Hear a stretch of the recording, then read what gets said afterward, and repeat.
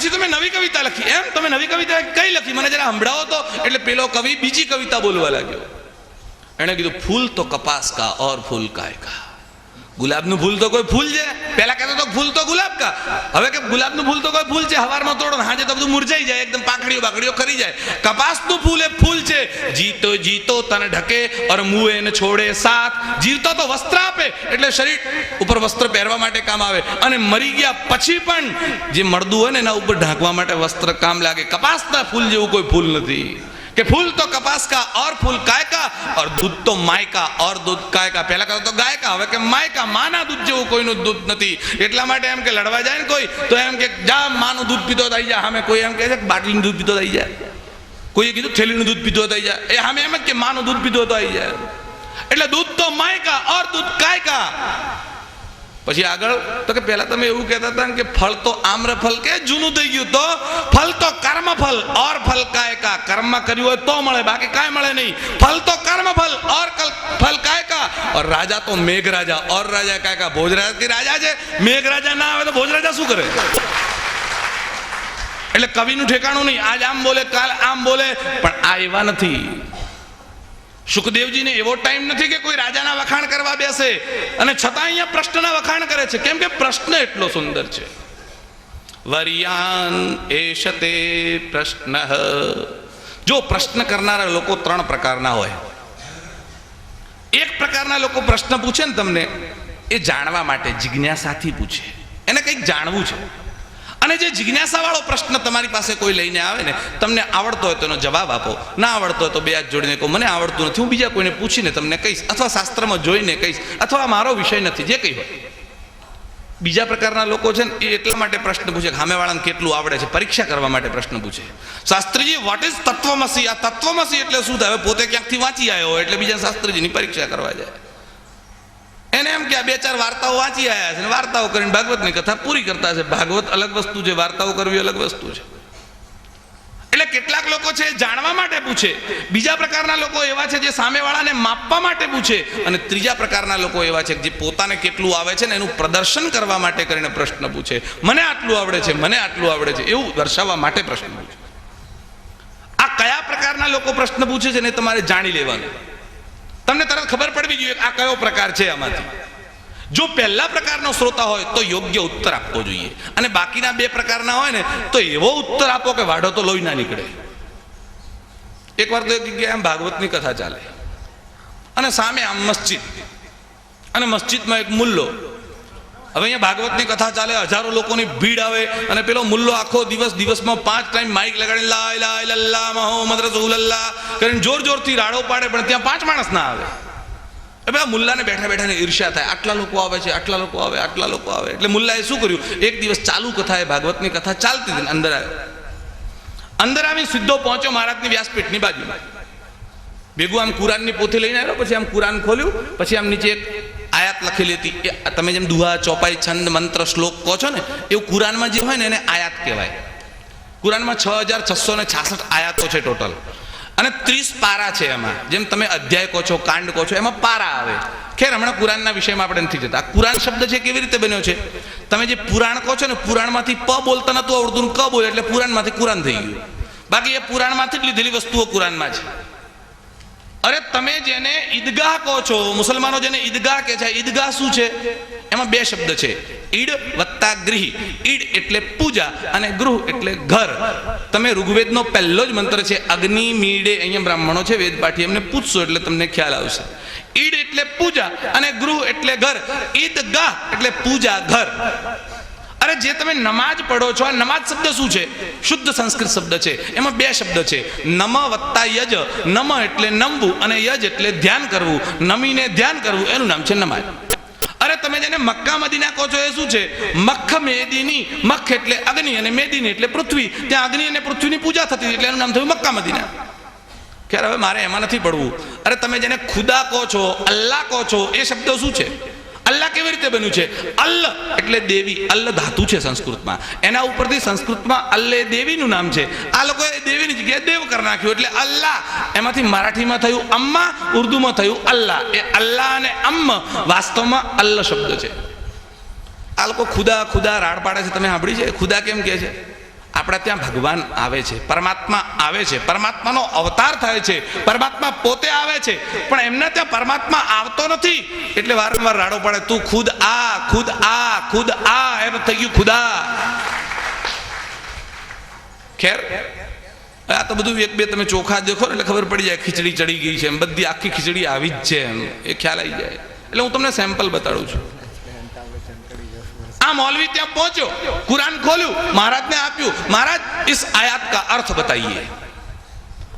મહારાજના મનમાં થયું આપણે આયાતને કોઈ લેવા દેવા નહીં, આપણે કોઈ દાડો કુરાન જોયું નથી અને છતાં આયાત લઈને આવ્યો છે તો આપણે આયાતને બાજુ મૂકીએ, હવે આ આપણને માપવા આવ્યો છે આપણે એને માપી નાખીએ. એટલે મહારાજે શું કર્યું, ઓહો હો હો હો હો મૌલવીજી, તમારા જેવો પવિત્ર માણસ ગામમાં રહેતો હોય અને મારાથી બોલાય ખરું, આનો અર્થ તમે જ સમજાવો એમ કરીને માઇક આ બાજુ કરી દીધું. હવે મૌલવીની બાજુ માઇક કર્યું, પ્રશ્ન પૂછવો સહેલો પણ માઇક ઉપર બોલવાનું આવે ને ત્યારે ટાંટિયા ધ્રુજવા લાગે. કોઈક દાડો ટ્રાય કરજો માઇક ઉપર બોલવાનું, ખબર પડશે. માઇક ઉપર બોલવાનું આવે ત્યારે બધું આમ ફરવા માંડે ચારે બાજુ, શું બોલવું ખબર ના પડે. પછી તો શું બોલવું હોય શું આવે, શું બોલવું હોય ત્યારે શું આવે. એક ભાઈ તો બોલવા માટે ઊભા થયા ભાવનગરમાં સભા. હવે આપણે કેવું તું ભાવનગરના ભાઈઓને બહેનો, પણ નની જગ્યાએ વનની જગ્યાએ ન ગોઠવાઈ ગયો, ભાનવગરના ભાઈઓ અને બહેનો, હવે ભાવનગરની જગ્યાએ ભાનવગર. એટલે બોલવા ઊભા થાવ ત્યારે તો ઘણું ધ્યાન રાખવું પડે, શું બોલશું, કેમ બોલશું, કેવી રીતે બોલશું. એટલે પેલા મૌલવીને કહ્યું આપ તમે અર્થ સમજાવો એમ. અને मौलवी चालू करो, खुदा ने सबसे पहले ये ब्रह्मांड बनाना था, पहले उन्होंने पृथ्वी बनाई और फिर पृथ्वी उड़ न जाए इसलिए उसके ऊपर बड़े बड़े पहाड़ रख दिए. आज के कागड़ तो उड़ी जाए એટલે पेपर वेट મૂકી દીધું ઉપર. खुदा ने पृथ्वी बनाई, वो उड़ न जाए इसलिए उसके ऊपर बड़े बड़े पहाड़ रख दिए. फिर अल्लाह ने सोचा मैं मानव बना दूं, फिर उन्होंने मानव बना दिया. આમ કરીને જેમ તેમ બકવાસ કરતો હતો. પેલા મહારાજે શું કર્યું, આમ મુલ્લાની દાઢી બાજુ જોયું, પેલી બકરા જેવી દાઢી હોય તમે જોઈ હશે, આમ દાઢી બાજુ જોયું, પછી દાઢીમાંથી ધીરે રહીને આમ એક વાળ તોડ્યો અને પછી ખિસ્સામાં આમ છીકણી ઊંઘતા હતા, છીકણીની ડબ્બી હતી, એ ડબ્બી કાઢી, પછી બાજુમાં આમ છીકણી આખી ખાલી કરી. બધી પબ્લિક જોતી જ રહ્યા શું કરે છે મહારાજ. પેલા આમ છીકણી ડબ્બી ખાલી કરીને પેલા મુલ્લાનો બાલ જે તોડ્યો હતો ને એ ડબ્બીમાં મૂકી, આમ ડબ્બી બંધ કરી, બે આંખે લગાડી અને પછી ખિસ્સામાં મૂકી દીધી. એટલે એક શ્રોતા ઉભો થયો, મહારાજ ઉભા રહો. કે બોલો શું થયું, તમે આ શું કર્યું. ના હમણાં શાંતિ, તમે મુલ્લાજીને સાંભળો. ના પણ પહેલા કહો. એટલે મહારાજે કીધું આ મુલ્લો એટલો પવિત્ર છે કે એનો વાળ છે ને એનું જો તાવીજ બનાવીને ઘરમાં રાખો ને તો તમારા છોકરાને કોઈ દિવસ તાવ, તરિયો, મેલ, ઝાડો કશું કઈ જરૂર ના પડે. બધી પબ્લિક ઊભી થઈ એક વાળ તોડ્યો, મુલ્લાને બોડો કરીને મોકલ્યો. તમે સામે વાળાનું માપ કાઢવા જાઓ ત્યારે વિચાર કરવાનો તમારું માપ ન નીકળી જાય. પરીક્ષિતના પ્રશ્નની પ્રશંસા કરી છે. વર્યાન એષતે પ્રશ્ન, રાજા તમારો પ્રશ્ન બહુ સુંદર છે. કૃતો લોકહિતં નૃપઃ, તમે આ પ્રજાના કલ્યાણ માટે પ્રશ્ન કર્યો છે, તમારા પ્રશ્નની હું પ્રશંસા કરું છું. જો તમે જે પ્રશ્ન પૂછો છે આવા અનેક પ્રશ્નોના ઉત્તર મારા પિતાજીએ ભાગવત શાસ્ત્ર લખ્યું એમાં લખ્યા છે. હું તમને એની કથા સંભળાવું છું, તમે સાવધાન થઈને સાંભળો. અને બીજા સ્કંદના 10 અધ્યાયમાં મેં તત્વ જ્ઞાન આપ્યું છે. એમણે કહ્યું આ બ્રહ્મે એટલે પરમાત્માએ જે જગતની ઉત્પત્તિ કરી છે, આ ઉત્પત્તિ થવાથી કરી અને ઉત્પત્તિમાં પરમાત્માનું કેવું સ્થાન છે એ હું તને સમજાવું છું. રાજા તું જે પૂછે છે કે 7 જ દિવસમાં મુક્તિ સંભવ છે, તો પહેલા સાંભળી લે. ખટવાંગો નામ રાજરસી તેન મૃત્યુ ઘટિત દ્વયમ. આ ખટવાંગ નામનો એક રાજા થયો. રઘુવંશમાં તમને ખબર છે દિલીપ નામનો એક રાજા થયો. આ દિલીપનું જ બીજું નામ હતું ખટવાંગ. આ ખટવાંગ નામનો એક રાજા થયો, એને 2 ઘડી પહેલા ખબર પડી કે મારું મૃત્યુ થવાનું છે. અને 2 ઘડી, 1 ઘડી એટલે 24 મિનિટ, 2 ઘડી એટલે 48 મિનિટ. 48 મિનિટ પહેલા ખબર પડી કે મારું મોત છે, અને છતાં પણ રાજા દિલીપને મુક્તિ મળી. જો 2 ઘડી પહેલા ખબર પડે ને મુક્તિ મળી શકતી હોય તો રાજા તારી પાસે તો 7 દિવસ છે, મુક્તિ કેમ ન મળે? આરામથી મુક્તિ સંભવ છે. અને રાજાને એકદમ જાણે ઉપરથી કોઈએ મોટો બોજ ઉપાડી લીધો હોય, ભાર હળવો થઈ ગયો. આટલા વખતથી ચિંતા હતી મુક્તિ થશે કે નહીં, મુક્તિ થશે કે નહીં, મુક્તિ થશે કે નહીં. તમે કોઈ ડૉક્ટર પાસે જાઓ અને એક ડૉક્ટર એવો હોય એ તમને જોઈને તરત માથું ધુણાવે, ઓહો બચવાની કોઈ સંભાવના લાગતી નથી. બીજો એટેક છે? તો કે હા, બહુ ભારે એટેક છે. હવે પેલા ના આવતો હોય તો 3જો એટેક આવી જાય ઉપર. ઘણા લોકો તો ખબર કાઢવા જાય તો એવા હોય. એક દિન તો ખબર કાઢવા ગયો, પેલાને એટેક આવેલો હતો. હોસ્પિટલમાં દવાખાનામાં ગયો, પછી રૂમમાં ગયો, પછી કે તમને એટેક આવ્યો? તો કેટલા આવ્યા? તો કે 2. હવે કે એક જ બાકી રહ્યો ને. મતલબ આવતી વખતે તો તમારું હા આ ખબર કાઢવા આવ્યો છે, જીવ કાઢવા આવ્યો છે કે ખબર જ ના પડે આપણને એમ. એટલે કોણ બોલે છે, કેવું બોલે છે એના ઉપર આધાર રહે. પણ બીજો ડોક્ટર એવો હોય તમને એટેક હોય અને તમારો હાથ પકડી કે અરે આ તો કાંઈ છે જ નહીં, માત્ર બ્લડ પ્રેશર ઘણી વખત ઊંચું નીચું થાય, એમાં કંઈ ડરવાનું નહીં, એટેક આવ્યો હોય તોય મટી જાય માણસ. આ કુશળ ડોક્ટરનું લક્ષણ છે. અને એ તમને ભગવદ્ ગીતામાં દેખાય. ગીતામાં પણ આવું જ થયું કે અર્જુન જ્યારે ફફડવા લાગ્યો અને અર્જુન જેમ તેમ બોલવા લાગ્યો, શ્રી કૃષ્ણને થયું અને ઇન્ફ્લુએન્ઝા થઈ ગયો છે. શ્રી કૃષ્ણે કહ્યું ચિંતા ના કર, બધું થઈ જ જશે, તારે કંઈ કરવાનું જ નથી, તું ખાલી નિમિત્ત છે. અને અર્જુનના ઉપરથી બોજ હળવો થઈ ગયો. અહીંયા પણ એવું જ કર્યું. સુખદેવજી એવું કહ્યું તારી પાસે 7 દિવસ છે, 2 ઘડીમાં મુક્તિ સંભવ છે, તો 7 દિવસમાં મુક્તિ થાય કે ન થાય? રાજા ચિંતા ના કરીશ, તારી મુક્તિ અવશ્ય થશે. અને રાજાને એમ થયું બસ આજ મારા સદગુરુ છે, એ જ મારો ભાર હળવો કરી શકે એમ છે. અને રાજાએ વારંવાર પ્રણામ કર્યા અને પૂછ્યું તમે મને આ સૃષ્ટિનું કારણ કહો, આ પરમાત્મા કેવા છે, એ પરમાત્માનું સ્વરૂપ કેવું છે, પરમાત્મા ક્યારે આવે છે, આ જગતની રચના કોણે કરી છે, જો પરમાત્માએ કરી છે તો કેવી રીતે કરી છે, આ જગત પરમાત્માએ શું કામ બનાવ્યું, ન બનાવ્યું હોત તો શું થાત, આ જગતમાં પરમાત્મા રહે છે કે નથી રહેતો, રહે છે તો કઈ જગ્યાએ રહે છે, જીવ શરીરમાં કઈ જગ્યાએ હોય છે, આત્માનું શરીરમાં સ્થાન શું છે, કર્મનું ફળ મળે છે કે નથી મળતું, મળે છે તો કેવી રીતે મળે છે, કર્મ કરવાથી માણસની મુક્તિ સંભવ છે કે નહીં, જો નથી તો મુક્તિનો ઉપાય શું છે? આવા ઘણા બધા પ્રશ્ન રાજાએ પૂછ્યા. એટલા બધા પ્રશ્ન છે. સુખદેવજીએ એવું કહ્યું રાજા હું તને બધા પ્રશ્નોના ઉત્તર આપું છું.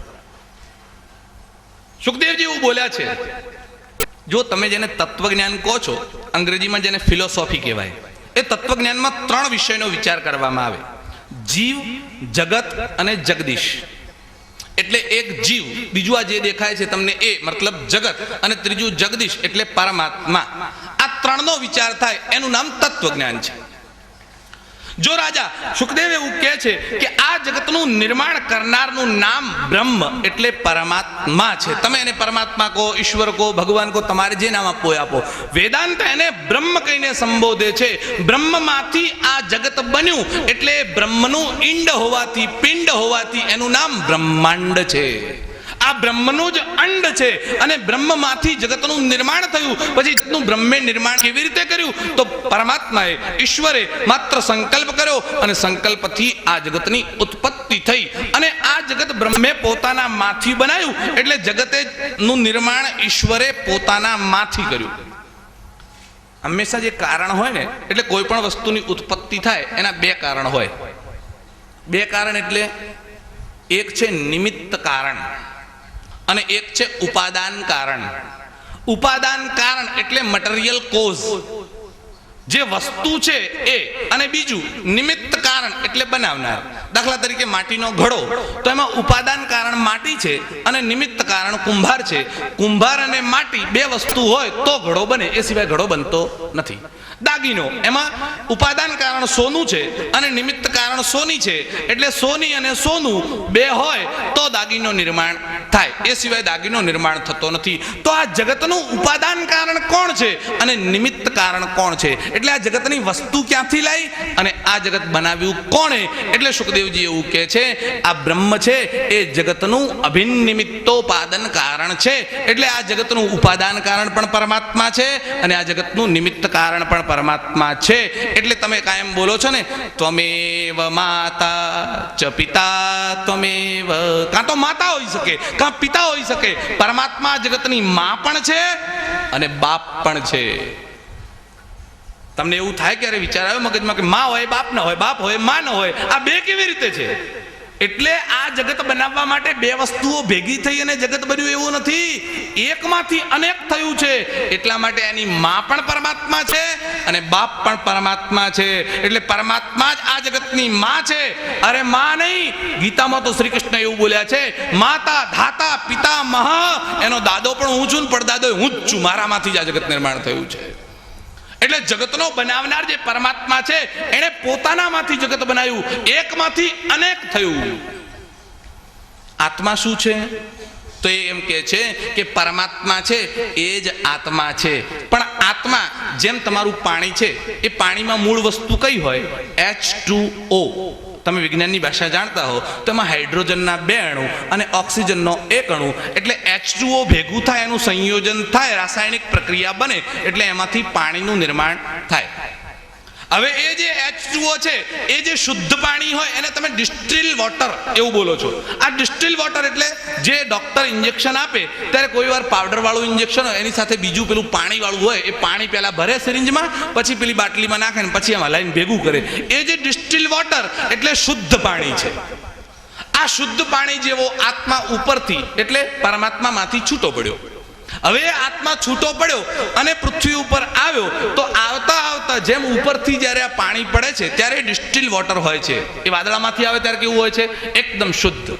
પણ એ વાદળામાંથી નીકળીને જમીન ઉપર આવે ત્યાં સુધી અલગ અલગ વાયુ એમાં ભળે અને વાયુઓનું પડ લાગે અને પડ લાગતા લાગતા નીચે આવે અને પછી પૃથ્વી ઉપર પડે એટલે પૃથ્વીનો ક્ષાર એમાં મળે એટલે પાણી થોડું સ્વાદિષ્ટ બને. ક્ષાર વગર પાણી સ્વાદિષ્ટ બને નહીં. એ ક્ષારવાળું પાણી એ તમે પીઓ એટલે તમને પાણી સારું લાગે છે. હવે તમારે એ જ પાણીને ફરીથી ડિસ્ટિલ વોટર બનાવવું હોય તો શું કરવું પડે ભાઈ? તો તમારે પાણીને ઉકાળવું પડે, ગરમ કરવું પડે. હવે ગરમ કરવાથી ડિસ્ટિલ વોટર થઈ જશે એવું નથી.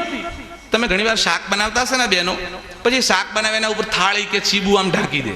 હવે થાળી ઢાંકી જ દી હોય પછી તમે ઘણીવાર થાળી આમ ઊંચી કરીને જુઓ એટલે ઉપર પાણીના ટીપા આમ ધીરે થોડા બાજ્યા હોય. એ પાણી ક્યાંથી આવ્યું? એ જે વરાળ નીકળીને એ વરાળ જામી ઉપર અને વરાળના ટીપા એ શુદ્ધ પાણી ડિસ્ટિલ વોટર છે. એટલે તમે જે પાણીને ઉકાળો અને એમાંથી જે વરાળ બને એટલે ફરીથી પાછું ડિસ્ટિલ વોટર બને. એમ જે આ જીવ છે એ આત્મા છૂટો પડ્યો, અલગ અલગ પ્રકારના વાયુ લાગ્યા, પૃથ્વીનો ક્ષાર લાગ્યો, એવી રીતે આ જગતની માયા છે એ આત્માને બધી જગ્યાએથી ઘેરી વળી અને એ જીવ બન્યો. હવે જીવને ફરીથી શુદ્ધાત્મા બનાવવો હોય તો એને ઉકાળવો પડે. ઉકાળવો એટલે શું? પ્રાઇમસ ઉપર બેસવાનું, સ્ટવ ઉપર બેસવાનું, ગેસ ઉપર બેસવાનું, ચૂલા ઉપર બેસવાનું ના. તો એના માટે 3 પ્રકારના ઉપાય છે. આ 3 હાઈવે છે એટલે રાજમાર્ગ છે. પછી નાના નાના રસ્તાઓ ઘણા હોઈ શકે પણ 3 હાઈવે છે. કયા કયા? જ્ઞાન, યોગ અને ભક્તિ.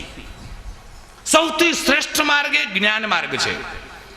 જ્ઞાન વગર મુક્તિ નથી. એટલે ભગવાન શંકરાચાર્ય એવું લખ્યું, કુરુતે ગંગા સાગર ગમનમ વ્રત પરિપાલન મથવા દાનમ જ્ઞાન વિહીન સર્વમતેન મુક્તિમ ન ભવતિ જન્મ શતેન ભજ ગોવિંદમ ભજ ગોવિંદમ ભજ ગોવિંદમ મોઢમતે ભજ ગોવિંદમ ભજ ગોવિંદમ ભજ ગોવિંદમ મોઢમતે ન ભવતિ જન્મ શતેન ભજ ગોવિંદમ ભજ ગોવિંદમ ભજ ગોવિંદમ મોઢમતે વયસી ગતે કહ કામ વિકાર શુષ્કે નીરે કહ કાસાર નષ્ટે દ્રવ્યે કહ પરિવારો વ્યાતે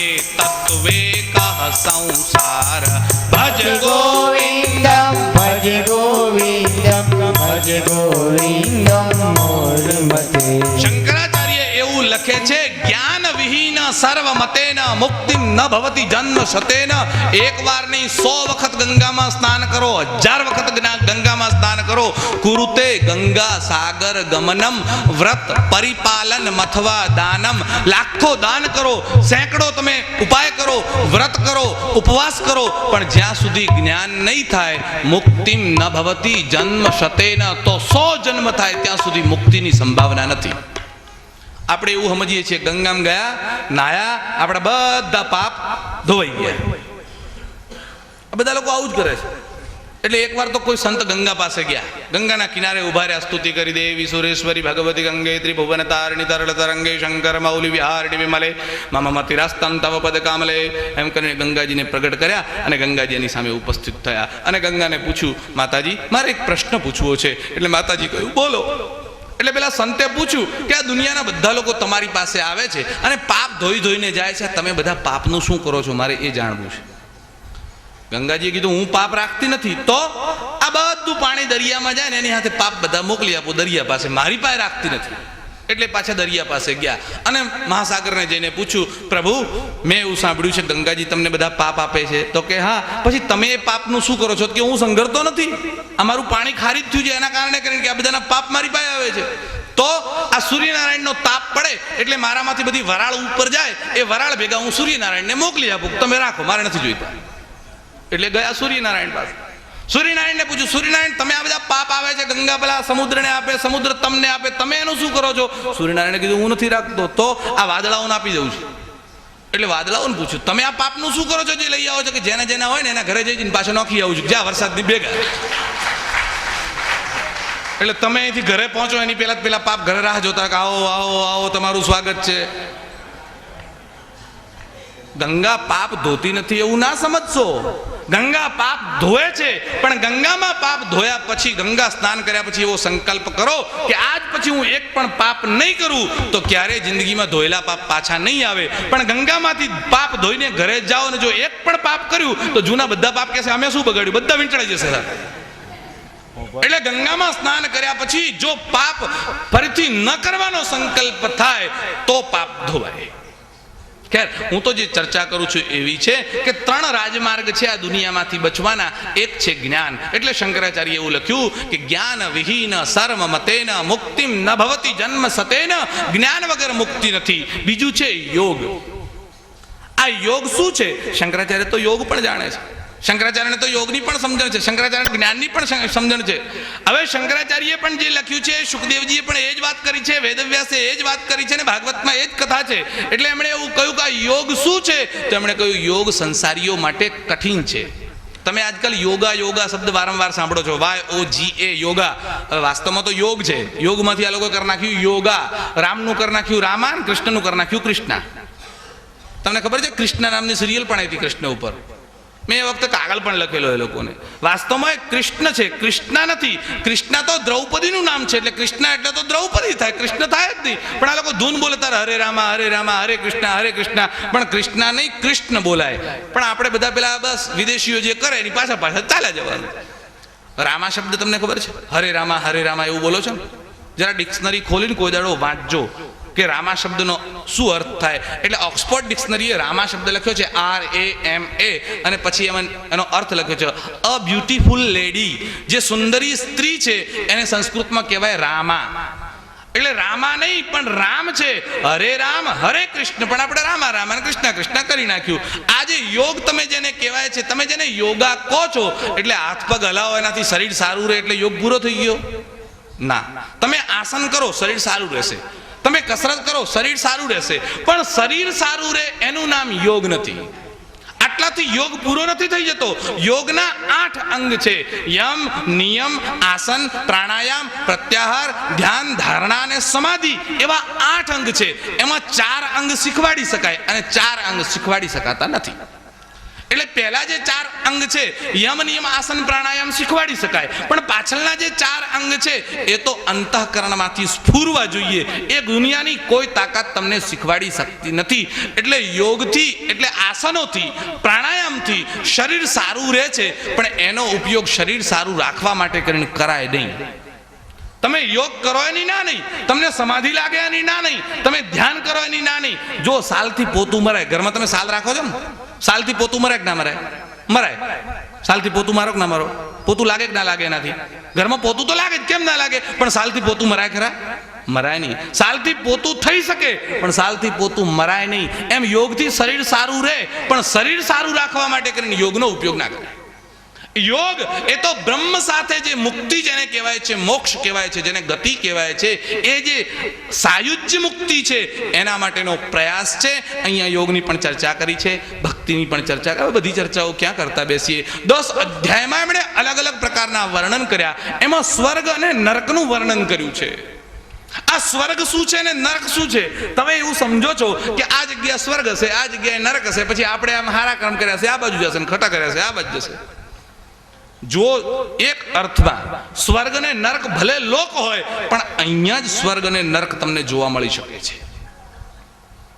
એક વાર તો એક ભક્તની ઈચ્છા થઈ કે મારે સ્વર્ગ અને નરક જોવા છે. એટલે આમ ફરતો ફરતો મહાદેવજીના મંદિરે ગયો. કહ્યું પ્રભુ મને સ્વર્ગ નરક જોવાની ઈચ્છા છે, કાંક કરો મને સ્વર્ગ નરક જોવા મળે. મહાદેવજી કીધું એક કામ કરું, હું ભક્તને સાથે મોકલું, એની જોડે જા. એટલે નારદજીને બોલાયા, કહ્યું આને તમે સ્વર્ગ અને નર્ક બતાવી આવો. એટલે નારદજી પેલાને લઈ અને સ્વર્ગ અને નર્ક બતાવવા માટે ગયા. એ પહોંચ્યા સ્વર્ગના દરવાજા આગળ. હવે સ્વર્ગના દરવાજા આગળ ગયા, પેલાને કહ્યું કે મારે અંદર આવવું છે. એટલે કે નારદજીના માટે ના થોડી પડે, પધારો પધારો પધારો પ્રભુ. પેલાને નહીં આવવા દે. અરે નારદજી કહ્યું એના માટે કરીને તો હું આવ્યો છું, તમે એને ના આવવા દે ચાલતું છે, એને જ તો બતાવવાનું છે.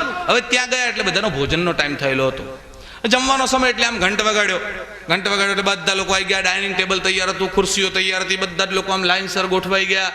એકદમ ભોજનની શરૂઆત થવાની હતી અને બધું અલગ અલગ વ્યંજનો, બધા ઘેવર, ઘારી, ગુલાબજાંબુ, મોહનથાળ, જલેબી, અલગ અલગ પ્રકારના બધા 32 શાક 33 ભોજન બનાવીને આમ ટેબલ ઉપર મૂકેલા હતા. બધા જ લોકો આવીને ખુરશી ઉપર ગોઠવાઈ ગયા. ભોજનનો મંત્ર થયો, સહના ભવતુ સહનો ભુનક્તુ સહ વીર્યં કરવાવહૈ તેજસ્વિનાવધીતમસ્તુ મા વિદ્વિષાવહૈ. ઓમ શાંતિ શાંતિ શાંતિ નમઃ પાર્વતી પતે કરીને આમ શરૂઆત કરવાનો સમય થયો. આમ ભોજનની શરૂઆત થતી હતી. પેલા તો બાજુમાં જઈને આમ ઊભો રહ્યો પેલો ભક્ત. નારદજી પણ બાજુમાં ઊભા હતા. હવે એક આશ્ચર્ય જોયું. કેવું આશ્ચર્ય જોયું કે જે લોકો જમવા બેઠા હતા ને એમણે આમ જમવા માટે હાથ ઊંચો કર્યો, પણ અહીંયા કોણીમાંથી હાથ વળે નહીં. આમ કેમ? અહીંયા બધાને લાફા મારેલા. લાફા સમજણ પડે ને તમને? તમારે ખુરશીનો પાયો તૂટી ગયો હોય અને પછી તૂટેલા પાયાને ભેગો કરીને બે બાજુથી આમ ખીલ્લીનો લાફો મારો ને તમે, એમ અહીંયાથી લાફા મારેલા. એટલે અહીંયાથી હાથ વળે જ નહીં. હવે બધાના હાથને લાફા એટલે કોઈનો હાથ આમ વળે જ નહીં, તો ખાય કેવી રીતે? એટલે કોઈ ખાઈ શકે નહીં. એટલે આ લોકોએ શું કર્યું, બે લાઈન આમ સામે ખુરશી ઉપર બેઠી હતી ને, એક જણાએ આમ ગુલાબજાંબુ લીધો અને સામેવાળાના મોઢામાં મૂક્યો. બીજાએ મોહનથાળનો પીસ લીધો, સામેવાળાના મોઢામાં મૂક્યો. ત્રીજાએ ખીરનો કોળિયો લઈ સામેવાળાને આપ્યો. ચોથાએ જલેબી લઈ સામેવાળા, એકબીજાને બધાએ ખવડાવ્યું અને આરામથી આનંદથી બધા જમીને છૂટા પડ્યા. નારદજીએ પેલાને કહ્યું, જોઈ લીધું સ્વર્ગ? તો કે હા પ્રભુ, પણ આ બધાને હાથ આ રીતના, જે છે આ જ છે. પછી ત્યાંથી બહાર નીકળ્યા. હવે નરક જોવા જવું હતું. નરકના દરવાજે ગયા. એટલે પેલા કીધું અમારે અંદર આવવું છે. એટલે પેલા કીધું નારદજીને અંદર આવવા નહીં મળે, તારે આવવું એટલે લઈ જઈએ. નારદજી કે મને કેમ ના પાડી? કે દેવર્ષિ, તમારા દર્શન જો આ બધા કરે નરકવાળા, તો મારે તરત ને તરત એમને સ્વર્ગમાં મોકલવા પડે. તમારા દર્શનનું પુણ્ય પ્રાપ્ત થાય કે ના થાય? એટલે તમને પ્રવેશ નથી. તો ઠીક છે ભાઈ, તું આને લઈ જા, અંદર જઈને બતાડી આવ. એટલે પેલાને અંદર લઈ ગયા. ત્યાં પણ એ જ સ્થિતિ. જમવાનો સમય થઈ ગયેલો, ઘંટ વાગ્યો. બસ એ જ પ્રકારની વ્યવસ્થા, એ જ પ્રકારનું ડાઇનિંગ ટેબલ, એ જ પ્રકારના વ્યંજનો, બધું જ આમ તૈયાર, પડેલું ભોજન તૈયાર, અને બધા જમવાના બેસવાની તૈયારી કરતા હતા. બધા બેઠા. હવે ત્યાં સ્થિતિ એ થઈ, પેલાએ જોયું કે એક જણાએ આમ કઢીની તપેલી લીધી ને સામેવાળા ઉપર નાખી, બીજાએ આમ શાકનું તપેલું ત્રીજા ઉપર નાખ્યું, ત્રીજાએ આમ ગુલાબજાંબુ ચોથા ઉપર નાખ્યા. ઢોળી ફોડી રમણ ભમણ, કોઈ વસ્તુ ઠેકાણે ના મળે. પેલા કીધું સાળા ડફોડ છે, એકબીજાને ખવડાવી નથી શકતા. તો કે આનું નામ જ નરક છે. બીજાને ખવડાવે એનું નામ સ્વર્ગ, અને પોતાનું ઢોળી નાખે એનું નામ નરક. તમે શું કરો છો એ નક્કી કરો. આપણામાં એટલી અક્કલ પણ નથી કે આપણે સ્વર્ગમાં છીએ કે નરકમાં છીએ. તમે આ દુનિયાને સ્વર્ગ બનાવી શકો છો. અરે બીજા સ્વર્ગ શોધવાની જરૂર નથી. સ્વર્ગ કે નરક તમારા કર્મના આધારે તમને મળશે. પણ અત્યારે તમારે સ્વર્ગ જોઈતું હોય તો મા બાપના ચરણોમાં જ સ્વર્ગ વસે છે. મા બાપના ચરણોની સેવા એ જ શ્રેષ્ઠ સ્વર્ગ છે. સ્વર્ગ અને નરકનું વર્ણન કર્યું, સદ્યો મુક્તિનું વર્ણન કર્યું, નિષેધ મુક્તિનું વર્ણન કર્યું. નિષેધ મુક્તિ કોને કહેવાય? નિષેધ મુક્તિ, નિષેધ એટલે નેગેટિવલી. ના ના ના ના ના એટલે શેની ના? આ નહીં, આ નહીં. પરમાત્મા આવો છે? ના, આવો નથી. પરમાત્માને કાન છે પણ આ નહીં. નાકવાળો પરમાત્મા પણ આ નહીં. તો આવો ના, આ નહીં. પરમાત્મા આવડો મોટો, હા, પણ આ નહીં.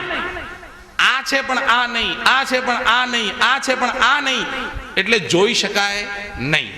તમે જે કહો એટલે વેદ કહે છે નેતિ નેતિ નેતિ, ન ઇતિ ન ઇતિ, આ નહીં, આ નહીં, આ નહીં, આ સિવાય. એટલે ઘણા લોકો એવું ભજન ગાવે છે, ભગવાન છે ને 52 બારો છે. 52 બારો એટલે શેના બારો ભાઈ? 52 અક્ષર છે. શાના 52 અક્ષર છે?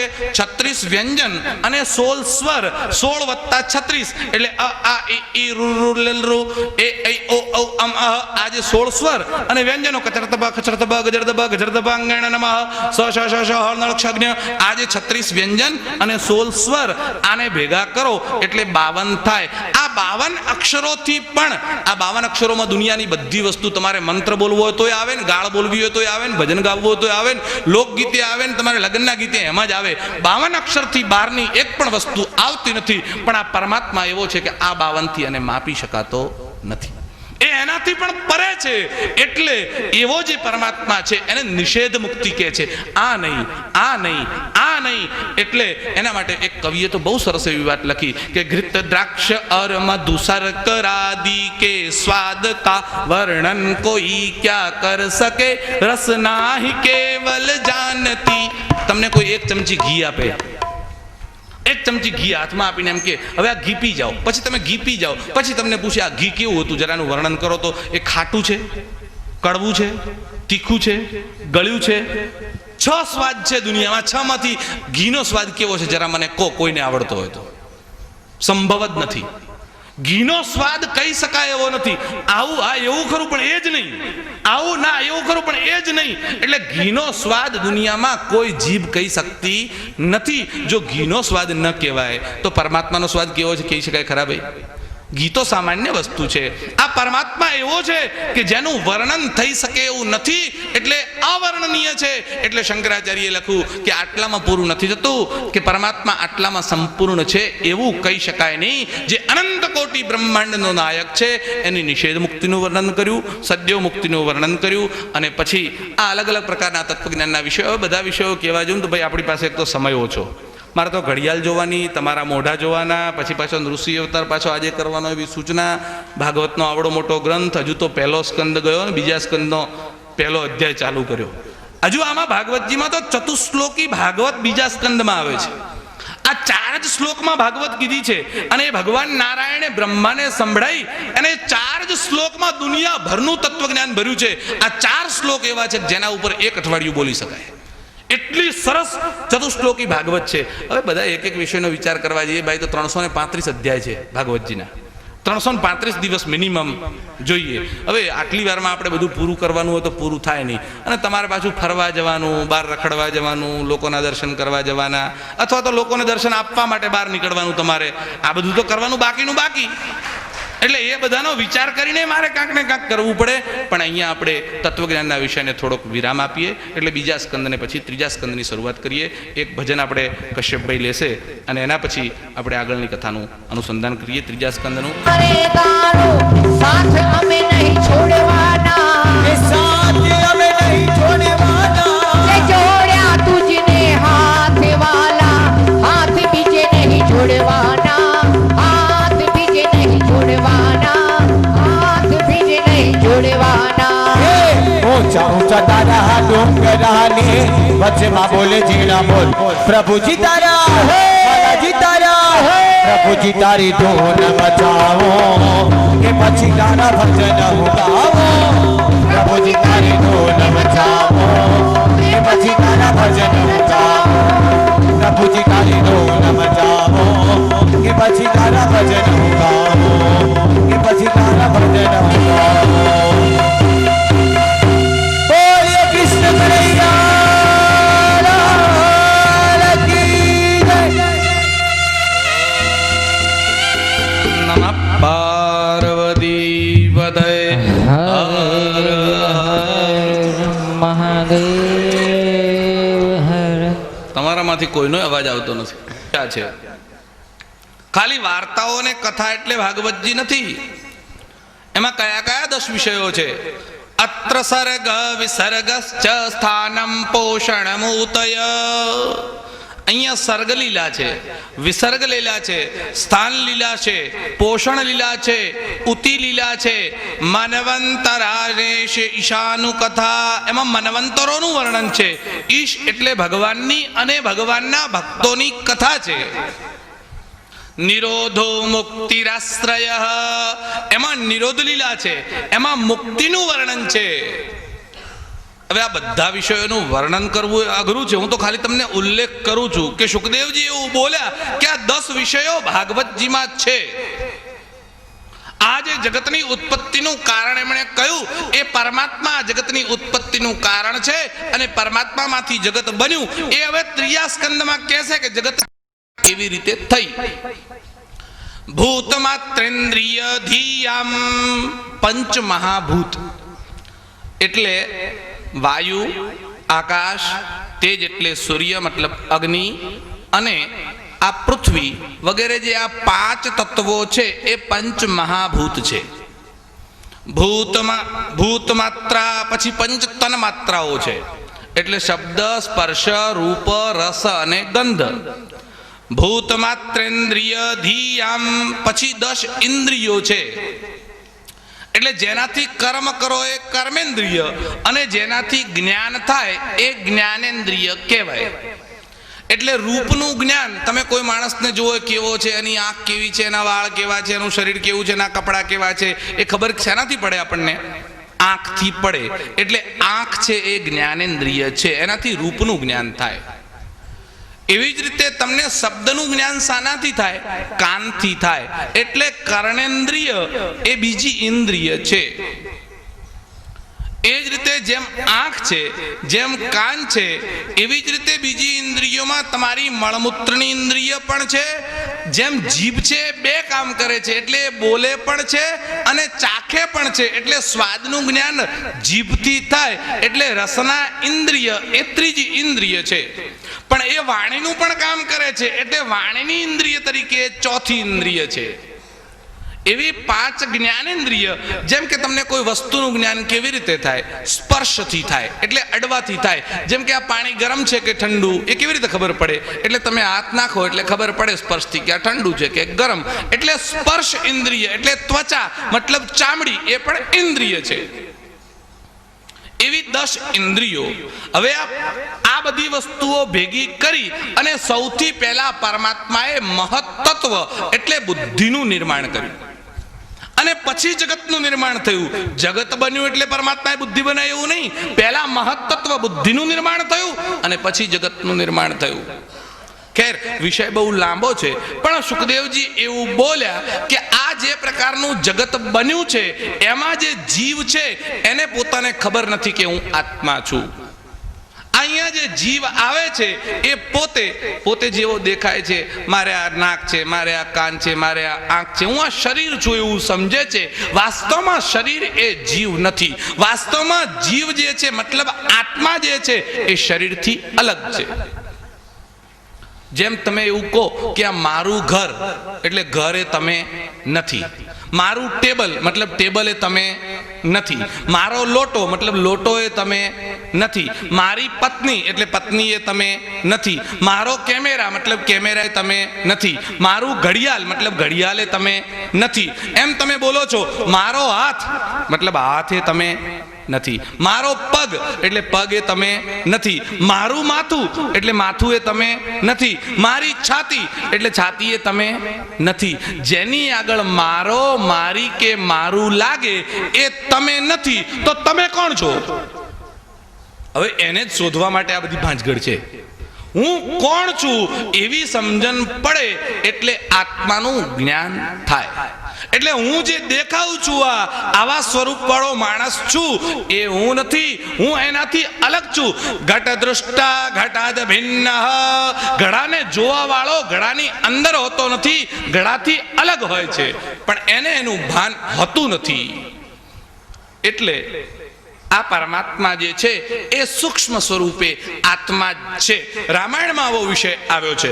વાલ્મીકી રામાયણમાં એક ઘટના એવી આવી છે કે રામજી હનુમાનને પૂછે છે કે હનુમાનજી, મારું અને તમારું રિલેશન શું? આપણી વચ્ચે સંબંધ શું છે?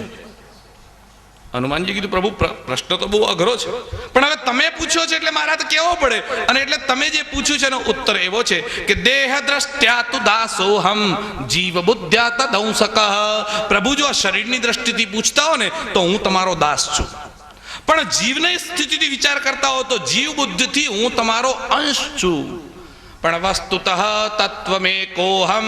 પણ જો પરમાર્થતઃ પૂછતા હો, વસ્તુતઃ પૂછતા હો તો વી આર વન. મારામાં તમારામાં કોઈ ફરક નથી. હું તમે એક જ છીએ. જો હનુમાનજીની બુદ્ધિ કેટલી વિચક્ષણ છે.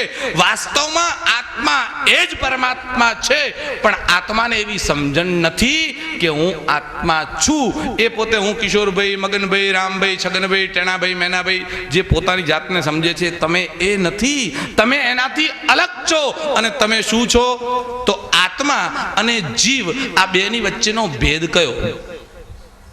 આપણે તો જીવ એ જ ગણીએ, આત્મા એ ગણીએ, પ્રાણ એ ગણીએ. તમે જે ગણતા હોય એની વાત અલગ છે, પણ આત્મા આત્મા શું છે ને જીવ શું છે, તો બિંબ અને પ્રતિબિંબમાં જે ફરક છે એ આત્મા અને જીવમાં છે. એટલે જેમ સૂર્યનારાયણ એક છે, પણ નીચે હવે તમે આમ કુંડું એક પાણીનું ભરીને મૂકો, હવે પાણીના કુંડામાં તમને સૂર્ય દેખાય કે ના દેખાય? દેખાય. પછી કોઈ છોકરાને બાજુમાં ઉભા રહો, પછી તમે આ પાણીનું કુંડું છે અને એક ટપલી મારો એટલે પેલું કુંડામાં પાણી હાલવા લાગે. પછી પેલા છોકરાને પૂછો કે અંદર શું દેખાય છે, તો કે સૂર્ય હાલે છે. સૂર્ય હાલે છે ખરા? સૂર્ય હાલતો નથી, સૂર્યનું પ્રતિબિંબ હાલે છે. એમ જે આત્મા મતલબ પરમાત્મા જેને કહો છો એનું જે પ્રતિબિંબ છે એ આ શરીરમાં પડેલું છે અને એ હાલે છે.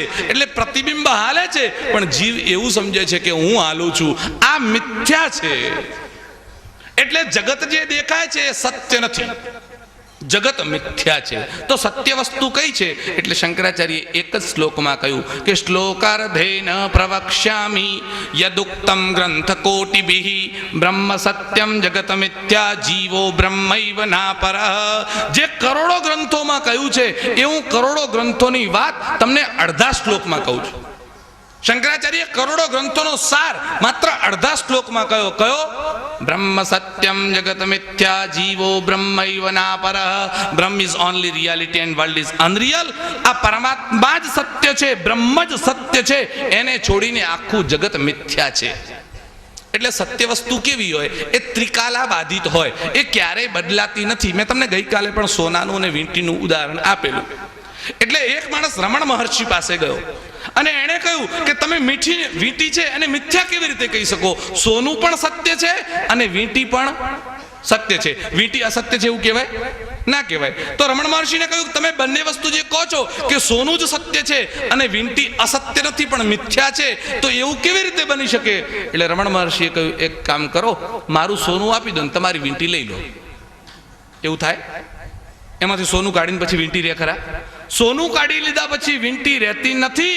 એમ આત્મા એ જ મુખ્ય વસ્તુ છે, એને કાઢી લો પછી તમે કમલેશભાઈએ નથી, પછી તમે મગનભાઈએ નથી, પછી તમે છગનભાઈએ નથી, કાંઈ રહેતા નથી.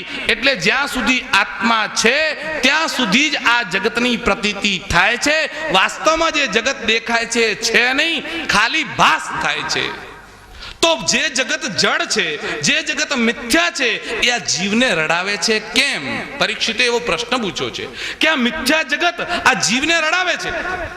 અને વાસ્તવમાં એવું જોઈએ છે કે લોકો રોવે છે, મારા બાપા મરી ગયા, મારો કાકો મરી ગયો, મારો મામો મરી ગયો, મારું લૂંટાઈ ગયું, મારું જતું રહ્યું, મારું ખવાઈ ગયું, મારું ખાઈ ગયા. તો જીવ રડે છે કેમ? મિથ્યા વસ્તુથી કોઈ માણસ રડી શકે ખરા?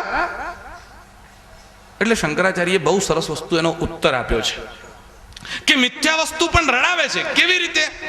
દાખલા તરીકે તમે આમ સીડી ચડો છો અને સીડી ચડતા ચડતા તમે 7મા પગથિયે, 8મા પગથિયે, 9મા પગથિયે પહોંચ્યા. ત્યાં એક પાઇપનો ટુકડો પડ્યો છે અને પાઇપનો ટુકડો પવનનો આમ ઝોકવાયું અને પાઇપનો ટુકડો આમ ઉછળ્યો અને અંધારામાં તમને એમ થયું સાપ છે, સાપ સાપ, અને તમે ત્યાંથી 7મા પગથિયે આમ નીચે પડ્યા અને પડ્યા એવું માથામાં વાગ્યું, હાથમાં વાગ્યું, ફ્રેક્ચર થઈ ગયું, દવાખાને જવું પડ્યું. સાપ હતો ખરા? સાપ નથી. સાપ મિથ્યા છે પણ ફ્રેક્ચર થયું એ સત્ય છે. તો સાપ મિથ્યા હોવા છતાં ફ્રેક્ચર થયેલું સાચું છે, એ જીવને રડાવે છે. એમ આ જગત મિથ્યા છે પણ જીવને એ મિથ્યા લાગતું નથી, માટે એને રડાવે છે. દુનિયામાં કોઈ કોઈનું હોતું નથી. કોઈ કોઈનું નથી રે, કોઈ કોઈનું નથી રે, કોઈ કોઈનું નથી રે, કોઈ કોઈનું નથી રે. જે ખુલ્લી જગ્યા છે બધી આકાશ છે, તો ઘડામાં આકાશ છે. પછી આ હોલમાં દેખાય છે એ પણ આકાશ છે.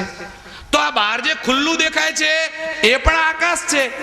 તો આ આકાશ એટલે ઘડાકાશ, મઠાકાશ અને મહાઆકાશ, આ ત્રણેયમાં કોઈ ફરક ખરો?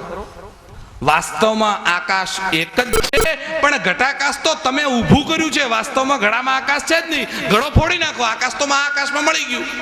એટલે તમે ઔપાધિક ભેદ ઊભો કર્યો છે. એક છે સ્વતઃ સિદ્ધ ભેદ અને એક છે ઔપાધિક ભેદ. સ્વતઃ સિદ્ધ ભેદ એટલે આ ઘોડો અને ગધેડો બે અલગ જ છે, એ સ્વતઃ સિદ્ધ ભેદ છે. પણ પાઇપમાં ટુકડામાં સાપ જુઓ એ ઔપાધિક ભેદ છે, એ સ્વતઃ સિદ્ધ ભેદ નથી. એમ આ જગત ન હોવા છતાં દેખાય છે, જેમ દોરડામાં સાપ દેખાય એવી રીતે આ મિથ્યા વસ્તુ આપણને જગતના રૂપમાં પ્રતીત થાય છે. વાસ્તવમાં આત્મા એકલો છે અને આત્મા એક જ છે. મારો ને તમારો આત્મા અલગ નથી હોઈ શકતો. કીડીમાં હોય કે હાથીમાં હોય, આત્મા એક જ છે. એક સરખો છે એમ નથી કહેતો, એક જ છે, બે નથી. આત્મા એક જ છે. આ દુનિયામાં આત્મા બે હોઈ શકતા નથી. જળમાં હોય કે ચેતનમાં હોય, આત્મા એક જ છે. હવે તમે એમ કહેશો કે આત્મા એક જ હોય તો આ ભાઈ મૂછો વાળા, આ બેન મૂછો વગરના, આ પેલો પૂંછડા વાળો, આ પૂંછડા વગરનો, આના મનમાં કાંઈક બીજું ચાલે, ત્રીજાના મનમાં ચોથું ચાલે, આના મનમાં કંઈ બીજો વિચાર, આ લૂંટવા બેઠો, આ લૂંટાવવા બેઠો, અલગ અલગ કેમ દેખાય છે? જો આત્મા એક જ છે તો બધાના વિચાર એક જેવા કેમ નથી? બધાના મોઢા એક જેવા કેમ નથી? હું તમને સીધી સાદી ભાષામાં કહું, આ તમારા વીજળી આવે છે જે ગોળામાં લાઇટમાં, અને આ પંખામાં વીજળી આવે, બે એક ની એક કે અલગ અલગ?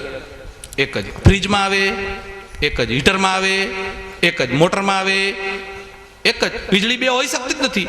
એક જ વીજળી હોવા છતાં એ પંખામાં આવે ત્યારે પવન નાખે છે, ફ્રીજમાં આવે ત્યારે ઠંડક આપે છે, હીટરમાં આવે ત્યારે ગરમી આપે છે, ગોળામાં આવે ત્યારે વીજળી લાઇટ પ્રકાશ આપે છે, મોટરમાં જાય ત્યારે પાણી બહાર કાઢે છે. એક જ વીજળી અલગ અલગ જગ્યાએ અલગ અલગ પરિણામ આપે છે. એમ આત્મા એક જ હોવા છતાં જેમાં જેમાં જેવું પ્રતિબિંબ હોય એવું અલગ અલગ દેખાય છે. એટલે માટે શુકદેવ એ પોતે અહીંયા પરીક્ષિતને સમજાવે છે, પરીક્ષિત વાસ્તવમાં આત્મ તત્વ એક જ છે અને એના માટે ઔપાધિક ભેદ ઊભો ન કરવો જોઈએ. તો એના માટે કરવાનું શું? તો પછી આ રડે છે કેમ માણસ? એવું થાય છે કેમ? એકવાર તો રમણ મહર્ષિ બેઠેલા અને રમણ મહર્ષિની જોડે કોઈ ભક્ત આવ્યો.